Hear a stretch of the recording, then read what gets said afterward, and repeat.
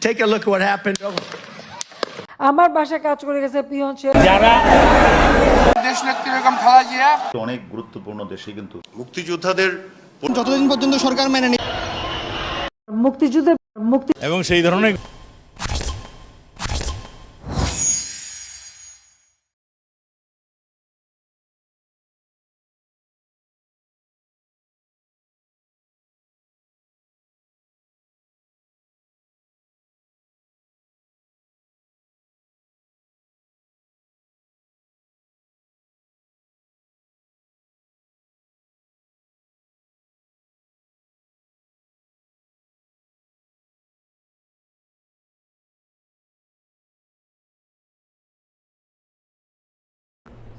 তার পরিপ্রেক্ষিতে আজকে কোটা আন্দোলনকারীরা রাষ্ট্রপতির কাছে স্মারকলিপি এবং স্মারকলিপি দিয়েছেন এবং বিভিন্ন প্রশাসকের কাছেও বিভিন্ন জেলায় স্মারকলিপি দিয়েছেন এবং আজকে প্রধানমন্ত্রী এক পর্যায়ে বলেছেন মুক্তিযোদ্ধার নাতিপতিদেরকে চাকরি না দিয়ে রাজাকারের ছেলেদেরকে কি চাকরি দেব। বিভিন্ন জায়গাতে আমরা কোটা আন্দোলনকারীরা আজকে তার প্রতিবাদে মিছিল মিটিং করেছেন এবং সেখানে বলেছেন তারা চাইলাম অধিকার হয়ে গেলাম রাজাকার। আসলে বাংলাদেশে শুধু মুক্তিযোদ্ধা ছাড়া বাকি সবাই রাজাকার, সে কথা তারা মানতে নারাজ। এবং অন্যদিকে বিএনপি থেকেও বলেছেন কোটা আন্দোলনকারীদের দিয়ে দেশকে বিকৃত করতেছে, হয়তো সরকার অন্যদিকে নীল নকশা তৈরি করতেছে, সে ধরনের কথা বলেছেন। এবং আজকে বিভিন্ন জায়গাতে আপনারা দেখবেন কোটা সংস্কার আন্দোলনকারীরা কিন্তু বিভিন্নভাবে আন্দোলন করে যাচ্ছেন।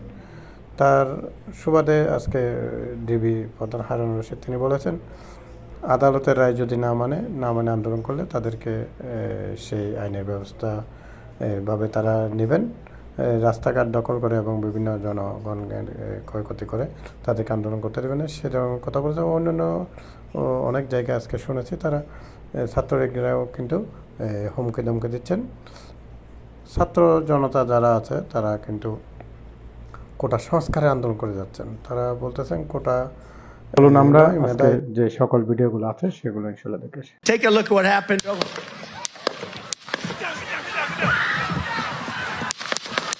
তাহলে কি হত্যার উদ্দেশ্যেই যুক্তরাষ্ট্রের সাবেক প্রেসিডেন্ট ডোনাল্ড ট্রাম্পের উপর হামলা হয়েছে? হামলা ইস্যুতে পুরো দেশ জুড়ে বিতর্ক আর সমালোচনার ঝড় বইছে। সবার একই প্রশ্ন, কেন এই হামলা হলো? জনসভার পাশেই বহুতলের ছাদে বন্দুক হাতে কে হামাগুড়ি দিচ্ছিল? মার্কিন কেন্দ্রীয় গোয়েন্দা সংস্থা FBI তদন্ত শুরুর পরই প্রকাশ হচ্ছে এসব তথ্য। প্রত্যক্ষদর্শীদের একাংশের দাবি বন্দুকধারীকে দেখা গিয়েছিল আগেই। জনসভা স্থানের উল্টো দিকে বহুতল ভবনেই ছিলেন সিক্রেট সার্ভিসের এজেন্টরা। তা সত্ত্বেও কেন পাকড়াও করা হলো না আততায়ীকে? কেন মেরে ফেলা হলো তাকে? একটি ভিডিও সোশ্যাল মিডিয়ায় ছড়িয়ে পড়েছে, যেটিকে ঘিরে তৈরি হয়েছে বেশ চাঞ্চল্য। স্থানীয় সময় শনিবার সন্ধ্যা 6:02। পেনসিলভেনিয়ায় বুটলার এলাকায় নির্বাচনী জনসভায় বক্তব্য রাখতে ওঠেন ডোনাল্ড ট্রাম্প। ব্যাকগ্রাউন্ডে তখন বাজছে গড ব্লেস ইউএসএ গানটি।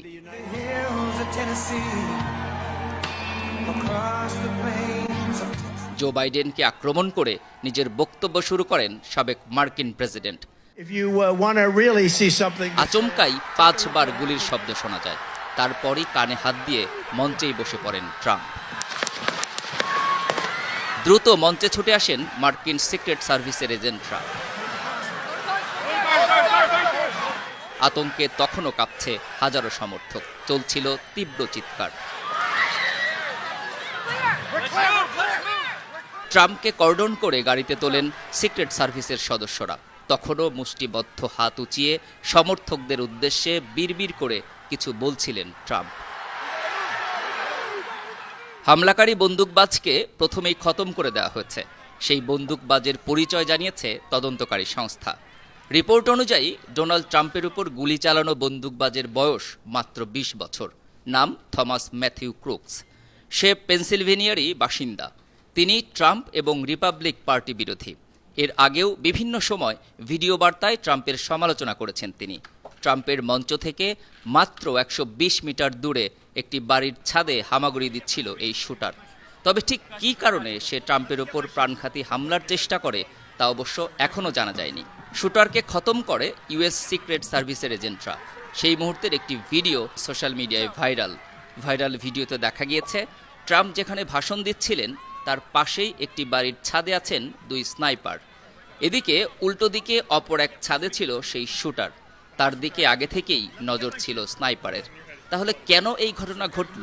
কেন আগেই শুটারকে খতম করলো না সেই স্নাইপার? এ নিয়ে ধোঁয়াশা তৈরি হয়েছে। একাধিক রিপোর্ট বলছে ডোনাল্ড ট্রাম্পের গায়ে গুলি আঁচড়ও কাটতে পারেনি, যদিও ভাইরাল ভিডিওতে দেখা গিয়েছে ট্রাম্পের কান বেয়ে রক্ত ঝরছে। মার্কিন সংবাদ মাধ্যমের একাংশের দাবি ট্রাম্প চোট পেয়েছেন, তবে তার শরীরে গুলি স্পর্শ করেনি, বরং কাচের টুকরো লেগে তার কান কেটে গিয়েছিল। মনে করা হচ্ছে গুলির চোটে টেলিপ্রম্পটারের কাচ ভেঙে এসে লেগেছিল ট্রাম্পের কানে। যদিও ট্রাম্প নিজে দাবি করেছেন তাকে গুলি করা হয়েছে। ট্রুথ সোশ্যাল অ্যাকাউন্টে সাবেক প্রেসিডেন্ট লেখেন, আমার ডান কানের উপরের অংশ ভেদ করে একটি গুলি চলে গিয়েছে। আমি তাৎক্ষণিকভাবে বুঝতে পারি যে কিছু একটা ঠিক নেই। আমি একটি শোষ শব্দ শুনতে পাই। এটা অবিশ্বাস্য। আমাদের দেশে এ ধরনের ঘটনা ঘটতে পারে। আন্তর্জাতিক ডেস্ক, 52 টিভি। আমার বাসায় কাজ করে গেছে পিয়ন, সে এখন 400 কোটি টাকার মালিক। হেলিকপ্টার ছাড়া চলে না। হ্যাঁ, বাস্তব কথা। ধন্যবাদ মাননীয় প্রধানমন্ত্রী। আমার মনে হয় আমার সহকর্মীর দুর্নীতি নিয়ে প্রশ্নটা যথার্থ করেছেন। যারা ষড়যন্ত্র করে জাতির পিতা বঙ্গবন্ধু শেখ মুজিবুর রহমানকে তার 17 জন পরিবারের সদস্য সহ হত্যা করেছে, সেই প্রেতাত্মা আজকে যে কিছুটা হলো এই এর মধ্যে ষড়যন্ত্রের মধ্যে লিপ্ত না, সেটা তো আমি অস্বীকার করতে পারবো না। সেটা আপনারাও বুঝতেছেন, আমরাও বুঝতেছি। কিন্তু আমার বিশ্বাস নতুন প্রজন্মের যারা ছাত্রীরা যারা এই কোটার ব্যাপারে তাদের বক্তব্য পেশ করেছে এবং সর্বোচ্চ আদালত যেই আদেশ দিয়েছেন সেই আদেশ তারা মেনে তারা অবশ্যই ঘরে ফিরে যাবে। আর আরও বড় কথা হচ্ছে যে আমি বিশ্বাস করি তারা জনগণের অসুবিধা হোক, জনগণ দুঃখ কষ্টে ভোগ করুক, সেইগুলি পরিহার করে তারা তাদের ব্যবস্থা নেবে। আমার মনে হয় তারা ঘরে ফিরে যাবে। আমার কথা হচ্ছে সরকারের দায়িত্ব জনগণের জানমাল রক্ষা করা, সরকারের দায়িত্ব জনগণের সুবিধা অসুবিধা দেখা, এবং সেইখানে যদি কেউ বাধাগ্রস্ত করে সরকারকে সেই আইন মোতাবেক ব্যবস্থা নিতে হবে। দেশ নেত্রী বেগম খালেদা জিয়া মারাত্মক রকম অসুস্থ। আল্লাহর কাছে আমরা দোয়া করব, কামনা করব আল্লাহ তাআলা যেন তাকে সুস্থ সহি সালামতে আমাদের মাঝে ফিরিয়ে দেন। আমরা দেশবাসীর কাছে ওই দোয়াই কামনা করব। এবং সেই সঙ্গে আজকের আমাদের ঢাকা মহানগর উত্তর দক্ষিণের যে নেতৃবৃন্দ এসেছেন, আরও যারা কমে যুক্ত হবেন, তাদের সবার প্রতি আহ্বান থাকবে এই দেশকে রক্ষা করার জন্য, গণতন্ত্রকে রক্ষা করার জন্য যা কিছু করা দরকার ইনশাআল্লাহ তারা সেটা আগামীতে করবে। দেশে একটি কোটার সংস্কার আন্দোলন চলছে সারা দেশে।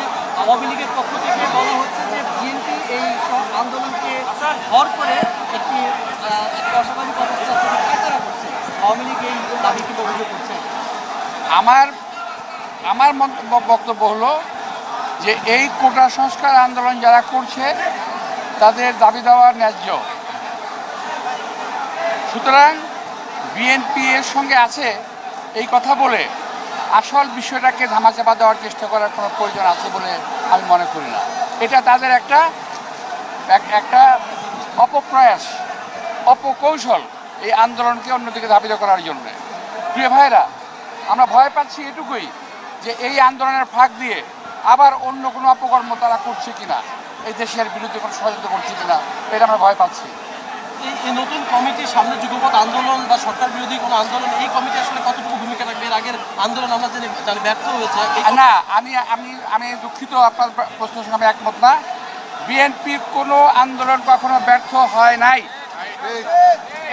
এই আন্দোলনে আমাদের ছেলেরা, আমাদের কর্মীরা, আমাদের নেতারা দলে দলে জেলে গিয়েছে, এখনো যাচ্ছে, আবার বের হচ্ছে, আবার ঢুকতেছে, গুলি খেয়েছে, আহত হয়েছে, শাহাদাত বরণ করেছে, বহু লোক আছে। সুতরাং আন্দোলন ব্যর্থ হয় নাই, বরং সরকার আন্দোলনকে নস্যাৎ করার একটা চেষ্টা করতেছে। ভাই, একটা হচ্ছে যে কাউন্সিল করা সম্ভব হচ্ছে না, আপনারা বলছেন বিভিন্ন কারণে। এখনো মহানগরী কাউন্সিল ছাড়াই আহ্বায়ক কমিটি গঠিত হচ্ছে, এখন অন্যান্য থানাগুলোতেও হয়তো কমিটি হবে। সেক্ষেত্রে অনেক সময় বাণিজ্য করা হয় কমিটি গঠন নিয়ে, এরকম অনেক সময় অভিযোগ আসে। এবার আসলে কিসের ভিত্তিতে বাকি কমিটিগুলো আপনাদের ঘোষণা হবে? আপনার প্রশ্নটার আমি সব উত্তর দিতে চাই না, কারণ প্রশ্ন ভালো না। কমিটিতে বাণিজ্য করা হয় কথাটা ঠিক না, এটা সম্পূর্ণ একটা অলিক কথাবার্তা। কমিটি হয়েছে, কাউন্সিলে হওয়ার কথা, এখন আহ্বায়ক কমিটি কখনো কাউন্সিলে হয় না। আহ্বায়ক কমিটি গঠিত হয়, পরবর্তীতে কাউন্সিলের মাধ্যমে পূর্ণাঙ্গ কমিটি হয়, সেটা অন্য জিনিস। এটা হলো আমাদের সাংগঠনিক আভ্যন্তরীণ একটা নীতি নির্ধারণী ব্যাপার। আপনার সামনে এখন চ্যালেঞ্জটা কি? সরকারের আপনাদের মূল চ্যালেঞ্জটা কি? আমাদের সরকার, আমার চ্যালেঞ্জ হলো সরকার, আমাদের সরকার হলো আমাদের চ্যালেঞ্জ হলো এই সরকার যদি ক্ষমতায় থাকে এই দেশের স্বাধীনতা সার্বভৌমত্ব এই হায়নার হাত থেকে আমাদের বাঁচাতে হবে। অনেক গুরুত্বপূর্ণ দেশে কিন্তু কোটা ব্যবস্থা আছে, এটা বাংলাদেশেও আছে। আমরা আগেও দেখেছি নারী কোটা, এবং দেশের যে বীর মুক্তিযোদ্ধা তাদের সন্তানদের জন্য কোটা এটা ছিল। এটা মাঝে দিয়ে এক সময় এটা বন্ধ হয়ে গিয়েছিল।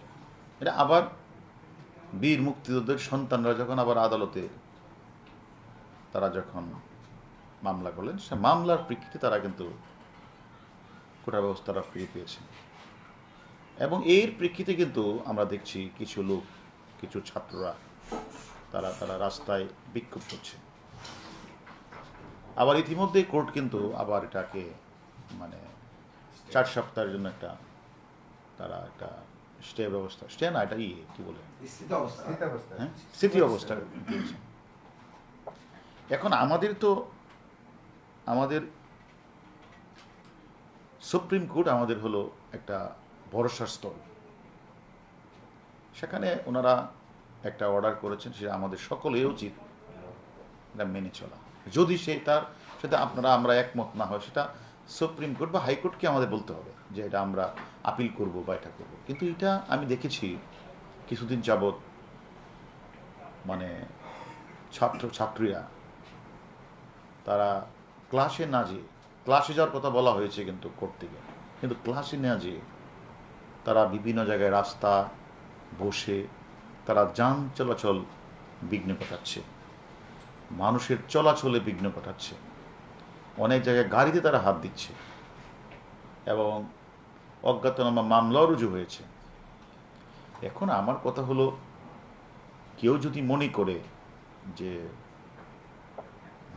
কোর্ট মানবে না, হাইকোর্ট মানবে না, তারা পুলিশের কথা মানবে না, তাহলে আমাদের করার কি আছে? আমাদের আইন শৃঙ্খলা বাহিনীর একটাই যৌক্তিক সমাধান হচ্ছে যে আইন আমাদেরকে যেটা ক্ষমতা দিচ্ছে আমরা সেটাই করব। তারা ঘটনাটাকে অন্যদিকে ধাবিত করার জন্য কেউ কাজ করছে কিনা, আমাদের ডিবির টিম এবং আমাদের থানা পুলিশ, বিভিন্ন পুলিশ কিন্তু কাজ করছে। এবং আমরা এটা বলতে পারি যে যদি আমি মনে করি কেউ যদি হাইকোর্টের নির্দেশনা না মানে, সুপ্রিম কোর্টের নির্দেশনা না মানে, ওয়েট না করে যদি তারা যদি রাস্তায় নেমে রাস্তা বন্ধ করে গাড়িতে হামলা করে, তারা ইল পাটকেট নিক্ষেপ করে, এবং আমরা তো ধরে নিতে পারি যে অনুপ্রবেশকারীরাই এই কাজটি করছে, নতুবা তারা ছাত্ররা তাদের ক্লাসে ফিরে যাবে। যেহেতু বিষয়টা সুপ্রিম কোর্টের নজরে এসেছে, তারা বিষয়টা দেখভাল করছে, তারা একটা নির্দেশনা দিয়েছে, আমার মনে হয় সে পর্যন্ত আমাদের অপেক্ষা করা উচিত। আর যদি অপেক্ষা না করে, সেক্ষেত্রে আমাদের যৌক্তিকভাবে যেটা করা দরকার আমরা মুক্তিযোদ্ধাদের পরিবারের সন্তানরা প্রিলিমিনারিতে পাশ করেছে, লিখিততে পাশ করেছে, ভাইভাতে পাশ করে সে 2.2 সাথে ঢুকেছে। আপনি বলবেন সে মেধাবী না? সে তো আরো বেশি মেধাবী। যে কথাটি বলা হচ্ছে কোটা না মেধা, ভাবটা এমন যে ঘরে বসে আছে কেউ, কোটায় তাকে এনে চাকরি দেওয়া হচ্ছে, তা কিন্তু নয়। সকলে আগে প্রিলিমিনারি পরীক্ষা দিচ্ছেন, উত্তীর্ণ হচ্ছেন, সেখান থেকে লিখিত দিচ্ছেন, উত্তীর্ণ হচ্ছেন, ভাইবা দিচ্ছেন, পাশ করছেন। তারপরে যখন ওই 2.27% সবচেয়ে মেধাবী যারা, কাজেই কোটার যে অ্যাপ্লিকেশন বা যেটার যে বিবেচনা করে যে কার্যকর করা হয় সেটাও কিন্তু মেধাবীদের থেকেই করা হচ্ছে। আপনি যখন বলছেন যে কোটার বিপক্ষে মেধাকে আপনি যখন দাঁড় করে দিচ্ছেন বলছেন, এটি কিন্তু আপনি অসত্য কথা বলছেন। কারণ মুক্তিযোদ্ধাদের তো চাকরিতে নেওয়া দূরের কথা, যারা চাকরি পেয়েছিল তাদেরকে চাকরিচ্যুত করা হয়েছে। মুক্তিযোদ্ধাদের পরিবারের সন্তানরা সারা জীবন ধরে এবং সন্তানের পরবর্তী বংশধররা নিগৃহীত হয়েছে, বঞ্চনার শিকার হয়েছে। তারপরও যে সন্তানটা বা তার পরবর্তী বংশধর ওই 2.2 সাথে ঢুকেছে, প্রিলিমিনারিতে পাশ করেছে, লিখিততে পাশ করেছে, ভাইবাতে পাশ করে সে 2.2 সাথে ঢুকেছে, আপনি বলবেন সে মুক্তিযোদ্ধা পরিবারের সন্তান এবং তার পরবর্তী বংশধর, সে মেধাবী না? আপনি বলবেন সে মেধাবী না? সে তো আরো বেশি মেধাবী। যারা সমাজে পিছিয়ে থাকা বিভিন্ন জনগোষ্ঠী, ক্ষুদ্র নৃগোষ্ঠী, তারপরে নারীদের যে বিভিন্ন সামাজিকভাবে বিভিন্ন চ্যালেঞ্জগুলি থাকে, যে কারণে তারা অনেক ক্ষেত্রে পুরুষের সাথে পেরে ওঠে না, আপনার প্রতিবন্ধী, তো এই যে পিছিয়ে থাকা জনগোষ্ঠীকে আপনি এগিয়ে দেওয়ার জন্য তাকে মেধা তালিকায় যেতে হচ্ছে, কিন্তু তার আগে আপনি এই সুযোগ দিচ্ছেন না। সকল পরীক্ষা উত্তীর্ণ হয়ে সে যখন একেবারে ক্রিম মেধা তালিকা সর্বোচ্চ জায়গায় পৌঁছচ্ছে, তখন আপনি তাকে সুযোগ করে দিচ্ছেন। সারা জীবনে তার যে বৈষম্য শিকার, সেখানে আপনি একটা ব্যালেন্স করে দিচ্ছেন। কাজে কোটা কিন্তু বৈষম্য তৈরি করেন, এটা ডাহা মিথ্যা কথা। কোটার উদ্দেশ্য হচ্ছে বৈষম্য নিরসন, আর কোটার মাধ্যমে মেধার যে অবমূল্যায়ন হচ্ছে এই কথাটা একটা ডাহা মিথ্যা কথা। কারণ মেধাবীদের মধ্য থেকেই কোটার বিবেচনা করা এবং তার যে আপনার কার্যকারিতা সেটি কিন্তু করা হচ্ছে। এখন কোনো যৌক্তিকতাই নাই, কিন্তু আপনি রাস্তা আটকে রাখছেন, এটা আপনি করতে পারেন না। আরেকটা জিনিস মাথায় রাখবেন, কোনো আন্দোলন কখনোই সফল হয় নাই, হবেও না, যে আন্দোলনের ফান্ডামেন্টালি তার কোনো যৌক্তিক ফাউন্ডেশন থাকে না, কোনো সততা এবং নৈতিকতা থাকে না। এটা থাকতে হবে। কিন্তু আপনি বলে দিচ্ছেন যে কোটা না মেধা, আপনি একটা অসত্য একটা ন্যারেটিভ বাজারে নিয়ে আসছেন যে কোটার কারণে মেধার অবমূল্যায়ন হচ্ছে, অথচ আপনি বলছেন না কোটার বিবেচনা করা হয় মেধাবীদের মধ্য থেকে, যারা ওই 2.2 সাথে ঢোকে, ওইখানে সবগুলো স্তর অতিক্রম করে যারা ঢোকে। কাজে আপনি তো এই কথা বলছেন না, ওখানে একটা ডিস্ট্রিবিউশন হয় বৈষম্যকে কমানোর জন্য। যতদিন পর্যন্ত সরকার মেনে নিবে না ততদিন পর্যন্ত এভাবে চলতে থাকবে।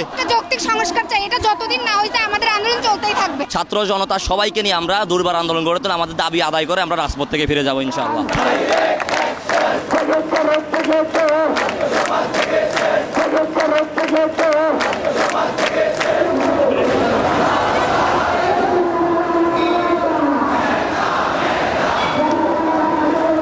সরকার যতদিন পর্যন্ত আমাদের আন্দোলনটা মেনে নিবে না ততদিন পর্যন্ত আমরা রাজপথে থাকবো। আন্দোলন যতদিন পর্যন্ত সরকার মেনে নিবে না ততদিন পর্যন্ত এভাবে চলতে থাকবে। আমাদের উপর যতই হামলা হোক না কেন, যতই মামলা হোক না কেন, আমরা কখনো রাজপথ থেকে সরে যাব না। যতক্ষণ না আমাদের দাবি আদায় হয় ততক্ষণ চলবে। একটা যৌক্তিক সংস্কার চাই, এটা যতদিন না হয়েছে আমাদের আন্দোলন চলতেই থাকবে। আমরা আগেই বলেছি যে আমাদের অধিকার আদায়ের আন্দোলন, অধিকার আদায় ছাড়া আমরা কিন্তু রাজপথ ছাড়বো না। স্মারকলিপি প্রদানের পর যদি আমরা সাড়া না পাই, আমরা আমাদের আন্দোলন চালিয়ে যাব। আমরা আরও দুর্বার আন্দোলন গড়ে তুলবো এবং ছাত্র জনতা সবাইকে নিয়ে আমরা দুর্বার আন্দোলন গড়ে তুলে আমাদের দাবি আদায় করে আমরা রাজপথ থেকে ফিরে যাব ইনশাআল্লাহ। ভারতে আমাদেরকে কথা দিয়েছিল যে কোটা নিপাত যাবে, সাধারণ ছাত্রছাত্রীরা মুক্তি পাবে। সেই ধারাবাহিকতা আমরাও 18তে আমাদের আন্দোলন বন্ধ করছিলাম। এখন আবার ঠিকই আবার হচ্ছে যে কোটা প্রথা চালু করছে তারা। এখন আমাদের একটাই দাবি, আমরা আবার 18 যারা আন্দোলন করছিলাম তারা আবার মাঠে নেমেছি।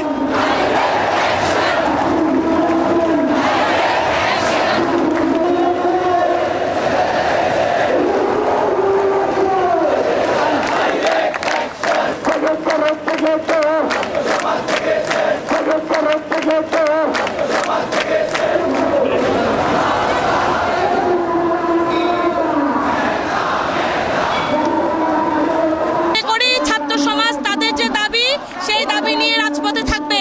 আপনারা জানেন গত 1 জুলাই থেকে কোটার যৌক্তিক সংস্কারের দাবিতে ছাত্র সমাজ লড়ছে, কিন্তু আমরা দেখছি প্রশাসন ছাত্রদের এই আন্দোলনকে কোনো রকম তোয়াক্কাই করছে না। ছাত্র সমাজের প্রতিবাদে আজকে জেলা প্রশাসকের মাধ্যমে স্মারকলিপি পেশ করবে এবং ছাত্র সমাজের এই যে যৌক্তিক দাবি, কোটার যে যৌক্তিক সংস্কার, এই দাবি আদায় না হওয়া পর্যন্ত ছাত্র সমাজ রাজপথে থাকবে, লড়াই চলবে। আমরা বাংলাদেশ ছাত্র সমাজ লক্ষ্য করছি যে আজকে আমাদের একটা যৌক্তিক আন্দোলনকে অযৌক্তিকভাবে খণ্ডন করার চেষ্টা করা হচ্ছে একটা মহল থেকে। তো আমরা এটা নিন্দা জানাচ্ছি। পাশাপাশি আমাদের দাবি হচ্ছে একটাই, সেটা হচ্ছে কোটা সংস্কার করতে হবে। আমরা বাতিলের কথা বলছি না, সংবিধানের মূল কথা হচ্ছে সমতা প্রতিষ্ঠা করা, যাতে সবাই সমান সুযোগ লাভ করে এবং মুক্তিযুদ্ধের চেতনা হচ্ছে এটাই। কিন্তু আজকে এক পক্ষ আমাদেরকে মুক্তিযুদ্ধের বিপক্ষের শক্তি হিসেবে বিবেচনা করছে। সরকারের কাছে আমাদের প্রথম থেকে আমাদের এক দফা এক দাবি, আমাদের কোটার সংস্কার করতে হবে, সর্বোচ্চ 5% রেখে সংবিধানের নির্বাহী বিভাগে এটি ফাঁস করতে হবে, এটাই আমাদের এখন এক দাবি।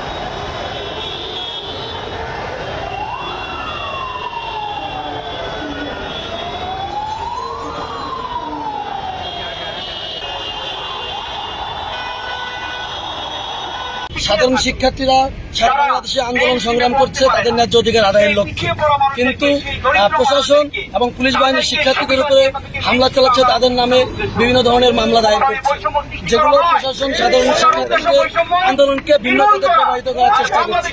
আমরা আপনাদেরকে বলতে চাই, আমাদের যে আন্দোলন সেটা হচ্ছে একটা যৌক্তিক আন্দোলন এবং সাধারণ শিক্ষার্থীদের আন্দোলন। এই আন্দোলনকে ভিন্ন খাতে প্রবাহিত করার কোনো সুযোগ নেই।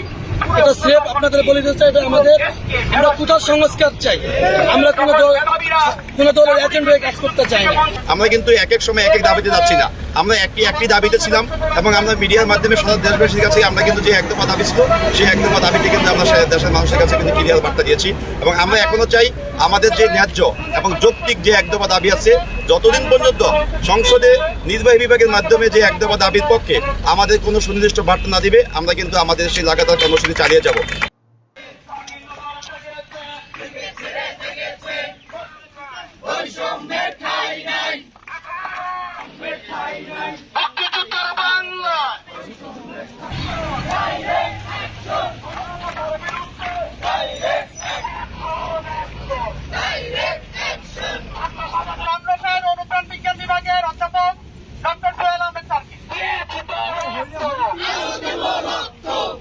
কোটার ন্যায়ভিত্তিক সংস্কারের মধ্য দিয়ে মেধাবীদের সুযোগ করে, সুতরাং সারা দেশের শিক্ষার্থীরা এই আন্দোলনে যুক্ত হয়েছে এবং তারা অত্যন্ত গণতান্ত্রিকভাবে, খুব নিয়মতান্ত্রিকভাবে আন্দোলনটি করছে। সুতরাং একজন শিক্ষক হিসেবে আমি এই তাড়না বোধ করছি যে এই দেশের ভবিষ্যৎ গড়বার জন্য অবশ্যই মেধাবীদের সুযোগ দিতে হবে। আপনি যদি মেরিটোক্রেসিকে গুরুত্ব না দেন, আপনি মেধাবীদেরকে সুযোগ না দেন, তাহলে দক্ষ প্রশাসন গড়ে উঠবে না, দক্ষ রাজনৈতিক কাঠামো গড়ে উঠবে না। আর যদি দক্ষ প্রশাসন, দক্ষ রাজনৈতিক কাঠামো গড়ে না ওঠে, তাহলে আমরা যে চতুর্থ শিল্প বিপ্লবের কথা বলছি, আমরা যে স্মার্ট বাংলাদেশের কথা বলছি, সেটাও গড়ে তোলা সম্ভব না। সুতরাং চতুর্থ শিল্প বিপ্লব এবং স্মার্ট বাংলাদেশ গড়ার প্রত্যয়েই এই দেশে মেধাবীদের সুযোগ দেওয়া উচিত এবং সকল প্রকার বৈষম্য দূর করে কোটার যৌক্তিক সংস্কার করার মধ্য দিয়ে মেধাবীদের যে দাবি সেটি পূরণ করার জন্য আমি সরকারের প্রতি আহ্বান করব। আমাদের ছাত্রছাত্রীরা যে আন্দোলনটি করছে এটি কোনোভাবেই কিন্তু আপনারা খেয়াল করবেন সরকার বিরোধী নয়।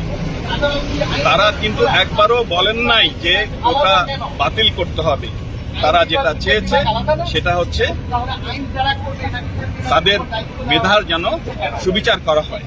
আমি মনে করি আমাদের মুক্তিযুদ্ধের মধ্য দিয়ে যে সংবিধান আমরা পেয়েছি, সেই সংবিধানে সকল নাগরিকের প্রতি সমতা বিধান করার কথা বলা হয়েছে। এখন সামাজিক ন্যায় বিচার নিশ্চিত করার কথা বলা হয়েছে। এখন যা হয়েছে সেটি যদি চলে, অবশ্যই আমাদের মেধাবী শিক্ষার্থীরা বঞ্চিত হবে।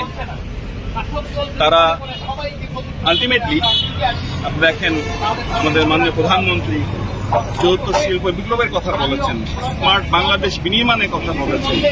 সেই ফোর্থ ইন্ডাস্ট্রিয়াল রেভলিউশন এবং স্মার্ট বাংলাদেশ গঠনের জন্য মেধাবীদের কোনো বিকল্প নেই। সকল ক্ষেত্রেই মেধাবীরা যদি দেশ পরিচালনা করে, অবশ্যই সেটি দেশ ও জাতি গঠন। মুক্তিযুদ্ধের বিরুদ্ধে, মুক্তিযোদ্ধাদের বিরুদ্ধে কথা বলার অধিকার তাদেরকে দিয়েছে। যতক্ষণ পর্যন্ত আদালত থেকে সমাধান না আসবে ততক্ষণ আমাদের এখানে কোনো কিছু করার থাকে না। এটা বাস্তবতা, এই বাস্তবতা তাদের মানতে হবে। আর যদি না মানে কিছু করার নাই, আর রাজপথে আন্দোলন করেছে, আন্দোলন করতেই থাকবে। তবে কোনো ধ্বংসাত্মক কাজ করতে পারবে না। যতক্ষণ তারা শান্তিপূর্ণভাবে করে যাচ্ছে কেউ কিছু বলছে না। কিন্তু এর বাইরে যখন কিছু করবে, পুলিশটাকে হাত দেওয়া বা পুলিশের গাড়ি ভাঙা বা এভাবে আক্রমণ, এগুলি যদি করতে যায়, তাহলে তখন তো আইন তার আপন গতিতে চলবে। এখানে আমাদের কোনো কিছু করার নেই। কোটা আন্দোলন করবার আগে তাদের তো পরীক্ষার রেজাল্টগুলি দেখে নেওয়া উচিত ছিল যে কোথায় তারা দাঁড়িয়েছে। আর দ্বিতীয় কথাটা হচ্ছে মুক্তিযুদ্ধের বিরুদ্ধে এত ক্ষোভ কেন? মুক্তিযোদ্ধাদের নাতিপুতিরাও পাবে না, তাহলে কি রাজাকারের নাতিপুতিরা পাবে? সেটা আমার প্রশ্ন, দেশবাসীর কাছে প্রশ্ন, যে রাজাকারের নাতিপুতিরা সব কিছু পাবে, মুক্তিযোদ্ধারা পাবে না। অপরাধটা কি? নিজের জীবন বাজি রেখে, নিজের পরিবার সংসার সব কিছু ফেলে দিয়ে যারা মুক্তিযুদ্ধে অংশগ্রহণ করেছিল, দিন রাত খেয়ে না খেয়ে, কাদা মাটি ভেঙে, রোদ বৃষ্টি ঝড় সব মোকাবেলা করে যুদ্ধ করে এই দেশে বিজয় এনে দিয়েছিল। আর বিজয় দিয়েছিল বলেই না আজকে সবাই উচ্চ পদে আসীন, আজকে গলা বাড়ায় কথা বলতে পারছে। নইলে তো ওই পাকিস্তানিদের বুটের লাথি খেয়ে চলতে হতো। আজকে সকলের হাতে মোবাইল ফোন, ফটাফট যোগাযোগ করে ফেলে, সোশ্যাল মিডিয়াতে করে আন্দোলন করে। এই মোবাইল ফোন কোথায় ছিল, কার হাতে ছিল? আওয়ামী লীগ ক্ষমতা আসার আগে 96 সালের সরকার আসার পর সমস্ত ফোন, অ্যানালগ ফোনকে ডিজিটাল করা, মোবাইল ফোন সবার হাতে হাতে তুলে দেওয়া, ওয়াইফাই কানেকশন দেওয়া কে করেছে? আওয়ামী লীগ সরকার করেছে। আর করেছে বলে আজকে সেটা ব্যবহার করে এখন নানা রকম রাষ্ট্র কিভাবে চলবে সেই নীতিমালা, সেটা তো আমাদের সংবিধানে দেওয়া আছে। যেখানে সংবিধানে আছে অনগ্রসর যারা তাদেরকে রাজ্যের কর্মের সাথে সম্পৃক্ত থাকতে দেয়া হবে। তারা কি সংবিধানটা পড়ে দেখছে কখনো? আর মুক্তিযুদ্ধের বিরুদ্ধে, মুক্তিযোদ্ধাদের বিরুদ্ধে কথা বলার অধিকার তাদেরকে দিয়েছে। যে মুক্তিযোদ্ধা বললো, আমি তার সাথে সম্পূর্ণ একমত যে তারা জীবনে কষ্ট করেছে, কিন্তু দুর্ভাগ্যের বিষয়ে 75 15 আগস্টের জাতির পিতাকে হত্যার পর এমন একটা সময় গেছে যে মুক্তিযোদ্ধা বলতে পারেনি যে আমি মুক্তিযুদ্ধ করি, কারণ হাজার হাজার অফিসার সৈনিকদের জিয়রন মেরে সাফ করে দিয়েছে। আবার তাদের মাথায় মানে কিছু কিছু পকেট করে নিয়ে তাদেরকে খুব তেল দিয়েছে, কিন্তু আসলে তো মুক্তিযুদ্ধের চিন্তা চেতনা সব কিছু তো মুছে ফেলে দিয়েছিল। মনে হলো যে পাকিস্তানের আবার প্রদেশ হয়ে গেছি আমরা, সেই জায়গায় নিয়ে যাচ্ছিল। সেখান থেকে বাংলাদেশ ফিরে এসেছে, জয় বাংলা স্লোগান ফিরে এসেছে, 7ই মার্চের ভাষণ ফিরে এসেছে। মুক্তিযুদ্ধের এখন ভালো লাগে না, মুক্তিযুদ্ধের কথা শুনলে তাদের মানে গায়ে জ্বর আসে। আর সবথেকে আরেকটা যে দেখলাম খুব অদ্ভুত লাগলো আমার কাছে, মুক্তিযোদ্ধার নাতি সে ভর্তি হয়েছে মুক্তিযুদ্ধ কোটা ইউনিভার্সিটিতে, উনিও বলেন কোটা থাকবে না। তো বেটা তুই রাজপথে আন্দোলন করেছে, আন্দোলন করতেই থাকবে, তবে কোনো ধ্বংসাত্মক কাজ করতে পারবে না। যারা কোটা বিরোধী আন্দোলন করছেন তারা সব সমাধান আপনার কাছে চান, তারা আদালতের পথে যেতে চান না, এবং সমাধান নির্বাহী বিভাগের প্রধান হিসেবে প্রধানমন্ত্রী শেখ হাসিনা কোটা রাখবেন না কোটা রাখবেন না। একবার তারা এই ধরনের আন্দোলন, শুধু আন্দোলন না, তখন যে সমস্ত ঘটনা তারা ঘটাচ্ছিল, মানে আমেরিকা অফিসে আক্রমণ, সেখানে মানুষের উপর আঘাত করা, কিছু জ্ঞানী গুণী আছে একেবারে ঘরের মধ্যে বসে মিথ্যা অপপ্রচার রেকর্ড করে ছেড়ে দিচ্ছে, এই ধরনের সমস্ত দেখে আমি খুব বিরক্ত হয়ে যাই। এবং তখন এক পর্যায়ে বলি ঠিক আছে কোটা বাদই দিলাম। আমি দেওয়ার উদ্দেশ্যটা ছিল যে আগে দেখো কোটা বাদ দিলে কি অবস্থা হয়, এখন কি অবস্থা হয়েছে, বেশি দূর যাওয়া লাগবে না। এবারেই দেখেন ফরেন সার্ভিসে মাত্র 2 জন মেয়ে চান্স পেয়েছে এবার, আর পুলিশ সার্ভিসে মাত্র 4 জন মেয়ে চান্স পেয়েছে। তো লাভটা কি হলো? মুক্তিযোদ্ধারা ক্ষুব্ধ হলো, তারা মামলা করলো। যখন মামলা করার পরে কোর্ট, উচ্চ আদালত কোনো রায় দেয় বা কোর্টের যখন কোনো রায় হয়, সাধারণত সেই রায়ের বিরুদ্ধে এক্সিকিউটিভ অথরিটির এখন এই মুহূর্তে তো আমাদের কিছু করার নেই, কারণ কোর্টেই সমাধান করতে হবে। এখন যারা আন্দোলন করছে তারা তো আইন মানবে না, আদালত মানবে না, সংবিধান কি তারা চেনে না, বা একটা কার্যনির্বাহী অর্থাৎ একটা কাজ করতে গেলে তার যে নীতিমালা, বিধিমালা বা ধারা থাকে সেটা, বা তার সরকার কিভাবে চলে এ সম্পর্কে কোনো ধারণাই এদের নাই, কোনো জ্ঞানই নাই।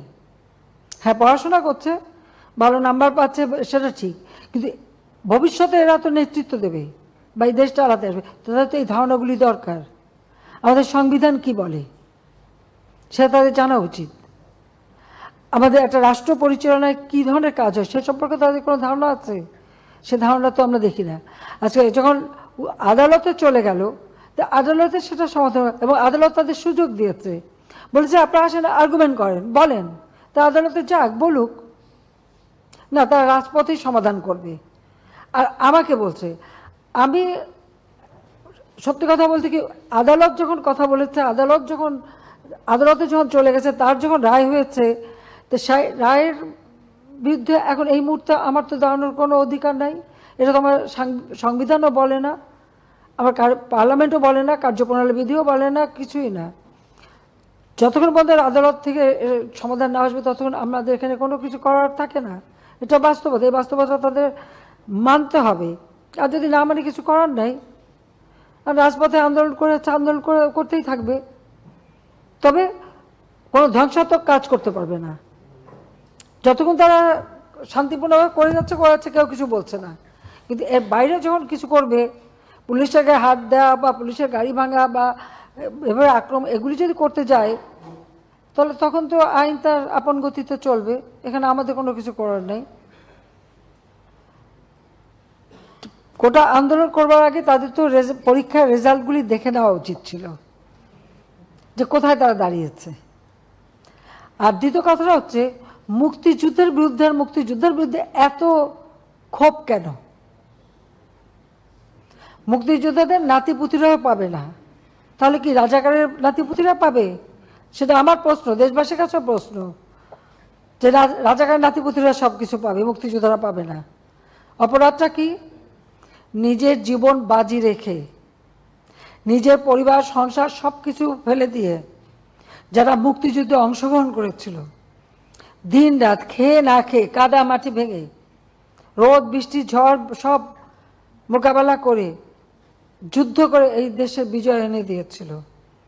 আর বিজয় এনে দিয়েছিল বলেই না আজকে সবাই উচ্চ পদে আসীন, আজকে গলা বাড়ায় কথা বলতে পারছে।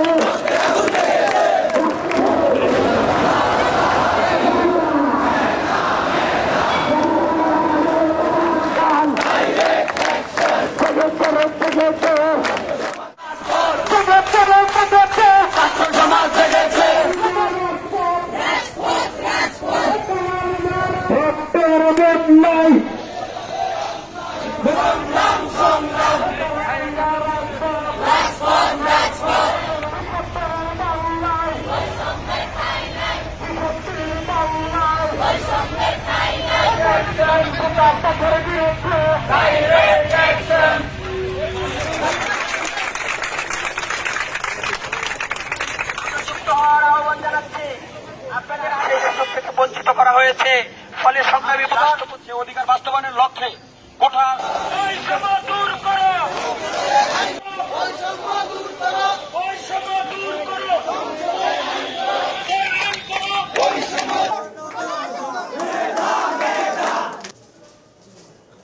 শিক্ষার্থীর পাশাপাশি আমাদের অভিভাবক দ্বারা প্রয়োজন হলে আমাদের অভিভাবকরাও, আমরা রাজপথে থাকতে চাই না, আমরা সাধারণ শিক্ষার্থী, আমরা পড়ার টেবিলে যেতে চাই।